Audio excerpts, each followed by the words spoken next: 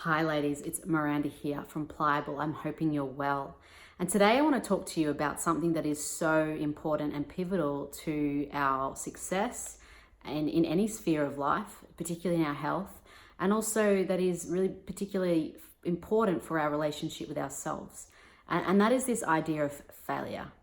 Because often when we fail in our weight loss journey or in our eating, healthy eating diet regime, or whatever we're doing, or if we fail in a relationship or we fail with our job, we're not getting the promotions we want, we're not getting the income that we're after and we're hoping for and going for, a lot of the time we have a really negative reaction towards ourselves and we beat ourselves up a lot about that, and we end up feeling really low from failure. So typically self-esteem, which I've talked about before, is about us being above average. And if we are failing in something, then we are not above average. And so if we have the typical way of seeing ourselves and self-esteem, then we'll feel really low, really depressed, really sad, really down, really even guilty or shameful about, maybe this is me, maybe I'm a failure, maybe I just can't work this out. And we often have a sense of apathy and just that we can't be bothered even trying. What's the point? I'm never going to work this out. I haven't worked this out. And the more and more times we attempt something and we fail, the more in a downward spiral that we go. And I know that was the case for me in many areas of life in failure, but also particularly when I was trying to lose weight or, sticking to my eating plans, healthy eating that I had. If I failed, often it would send me down into a deeper spiral of I just cannot work this out. This is who I am, and into this sad place, into this low energy place, apathy, shame. And when this happens, it's really unlikely for us to have the energy and the power to actually move and to actually try again. Sometimes I find this pattern that we do actually try. There's this new fandangled diet, the keto diet comes out, or there's this new eating plan we hear of, or a new gym opening up, or a personal trainer or something that we think that's the magic pill. Sometimes we then get this little level of excitement. We think this is going to work. We commit to it. And then again, this happens where we make mistake, we self-doubt ourselves, we sabotage ourselves along the process, and we often go back down to square one where we feel helpless, hopeless, failure, I'm never going to do this. So I see this pattern over and over again with people, and even if we might lose weight, often we can't keep it off, and so then we just end up back at square one. And I want to tell you two key things on how to not have that same pattern and merry-go-round again and again. These two key ideas about what you can do instead with failure that is going to move you through to actually getting to success and getting your goal, and not letting it make you quit and give up and get really down. So the first thing is, I love Henry Ford's quote, and I'm going to just use the first part for this section and then the second part for the next. And the first part of his quote around failure is, failure is simply the opportunity. And I love the word opportunity, because the word failure often means, we're not getting what we're expecting, we're not getting success, we're not getting what we wanted or what we think is appropriate from others. The word opportunity is a favorable condition, favorable situation for success, for advancement, for what we are after. And so it really spins your mind around when you actually start seeing failure as an opportunity, not as a fatal, final nail in your coffin. Your identity is that you fail, you suck at this weight loss journey, you're never going to get there.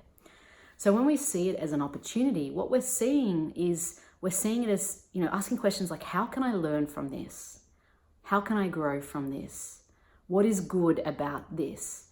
And I know for me, in areas that I'd failed in my life, even in my relationship, and when that went downhill, or in my health, in my body, when I'd failed in life and I started asking the question of what is good about this? What am I grateful with this? What can I learn from this? How is this an opportunity?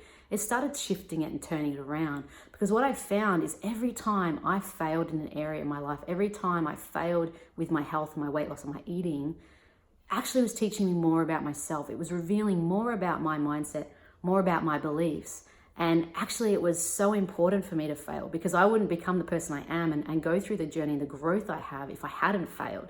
And so I love failure. I love the opportunity it brings to learn more about me, learn more about what I'm doing to block myself, sabotage myself, and uncover what's deeply within there. Because if I had all life was easy and I always got what I wanted, it wouldn't make me desire to learn and grow like I have when I failed.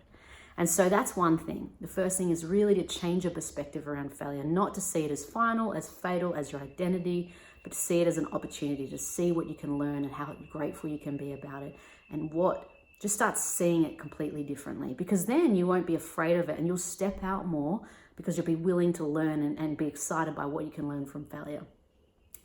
And instead of, whenever you make a mistake, getting stuck down right back to the bottom of square one, you'll just have a little fall and get right back up and keep going and learning beyond. So that's the first thing. The second thing is, Henry Ford's quote says, failure is simply the opportunity to begin again more intelligently.